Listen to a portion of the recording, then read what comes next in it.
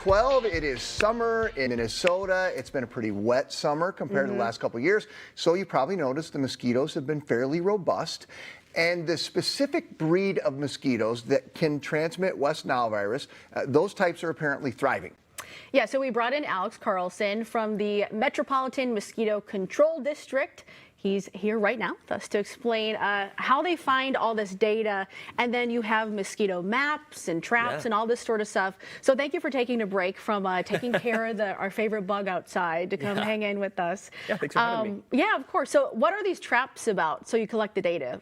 Yeah, so every week we set out about 200 traps throughout the Twin Cities metro that attract mosquitoes and then collect them. And so then we take those traps back and we count up how many mosquitoes we caught and we separate them by species. So for background, there's 52 species of mosquitoes that we have in Minnesota. And we mentioned West Nile. Only a small percentage of them are capable of transmitting West Nile. So we really want to find those, and so we can really target those areas for our control. So you've got it kind of broken down in the different types of mosquitoes. I didn't even know. I guess I just assumed all mosquitoes were biting mosquitoes, but you guys have specific counts for what you consider biting mosquitoes. Explain that. Yeah, of the 52 species, only about half of them bite mammals. So a lot of the species we have only will feed on birds or frogs or other non-mammal species. So we really focus in on not only the ones that bite humans, but then the ones that are capable of transmitting diseases to humans. So the graph that we see, if we can put that back up, guys, sorry. What is this showing? Is this showing that things are starting to drop off after a peak? Yeah, and this is what we expected this year, because that early July spike is from a species called cattail mosquitoes, which I might have talked about last time I was on here. But they're a species that comes out once per year, right around the beginning of July. And because of the previous year's rain, we saw a big spike this year. You know, interesting. I was just reading about this before we got onto the show. So the numbers are higher in July than they ever have been, or like they're typically higher in August, right? Or how does that work? Typically, we see the mid-July spike is usually when we see the most. It depends on precipitation. And then that big early July spike is just because that one species is all out abundant at once. But that number really goes up and down based on rain. So we've had a couple drought years where we haven't seen a lot of that. So this year's cattail mosquito population was the highest we've seen in at least 5 years. Which is why we see it in July. Yep. Okay, got you there. So tell us about these traps. I'm very intrigued with the traps. So you were saying, you know, you use some sort of CO2 to kind of lure them in? Yeah, so human-biting mosquitoes are attracted to our carbon dioxide, so that's one of the ways they find us. So we bait traps with dry ice, which releases carbon dioxide, so they're attracted to that, and then there's a little vacuum that sucks them into a net, and then we take that net, and that's how we collect them.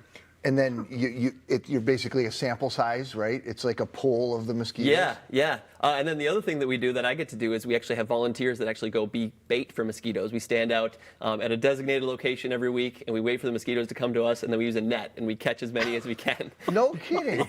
That's funny. I mean, something so simple that a lot of us stand outside and we become bait for mosquitoes, but you guys are using it for science. Exactly. So let's get a little more specific on the West Nile thing. Sure. So what is it about this season that you're seeing with so the species that's capable of transmitting West Nile, we're seeing them in much higher numbers than we typically see. The highest numbers that we've seen in at least 20 years. Wow. And so that's concerning, and not only that, but what we call an infection rate. So the percentage of those samples that we test for West Nile are much higher than average. You can see this year's well above average. It did slightly come down. That's a week-old graph. It did slightly come down this week. But so the mosquitoes are out in higher numbers, and they're more likely to be carrying West Nile. So we're trying to get the word out to people to take precautions, because this is a year that we might see higher cases of West Nile than we usually see. But to be clear, that's the number of the mosquitoes that can carry West Nile. That's not, to this point, has not crossed over to being actually people getting bit by them. We don't know for sure. You just assume, because it's a numbers game, right? Yeah, and there's always a delay in the reporting of the human cases. And then with West Nile virus, most cases are asymptomatic. So most people will get it and not even know they had it until they do a blood test or donate blood or something like that. So in rare cases, it can be very dangerous. Yeah, I was going to say, so in those rare cases, what kind of stuff happens to your body? Yeah, so it's an encephalitis, so it can cause swelling of the brainstem, headache, fever, muscle aches. So if you're experiencing, strong neck cramping, that's very unusual, you might want to seek medical attention, especially if you've been, outdoors and gotten mosquito bites. Oh, okay. I mean, that obviously would be the extreme end of it, though. Yes, yes. And West Nile tends to affect older people Yeah. or people who already have pre-existing conditions. So yeah, we don't want to sound the alarm, but people should take precautions just because all it takes is that one bite to really cause Sure. some damage. Yeah, yeah. And I guess, so how rare is it? We say rare, but it could be, maybe a few people here and there.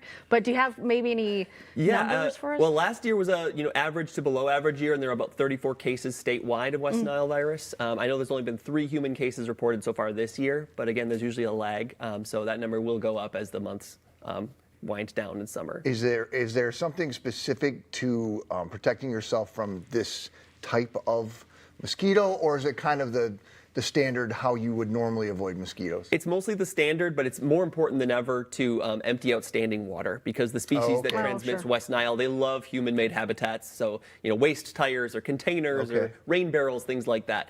So anything you can do to remove that stagnant water is going to help just take those numbers of mosquitoes down. And is that the helicopter drops and everything that you guys are doing too? Is that specific to the West Nile type of? In some cases, yeah. Well, Okay. if we have areas that we know are producing those mosquitoes, we'll do additional treatments there. Awesome. Okay. Well, Alex, thank you so much Thanks, for Alex. hanging out with us and talking about bugs. Absolutely. We love doing that. Mosquitoes, favorite bug in Minnesota. Here is the deal. If you want to learn more about Alex or the mosquitoes, the Metropolitan Mosquito Control District, we have all that listed up on our webpage, kcp.com.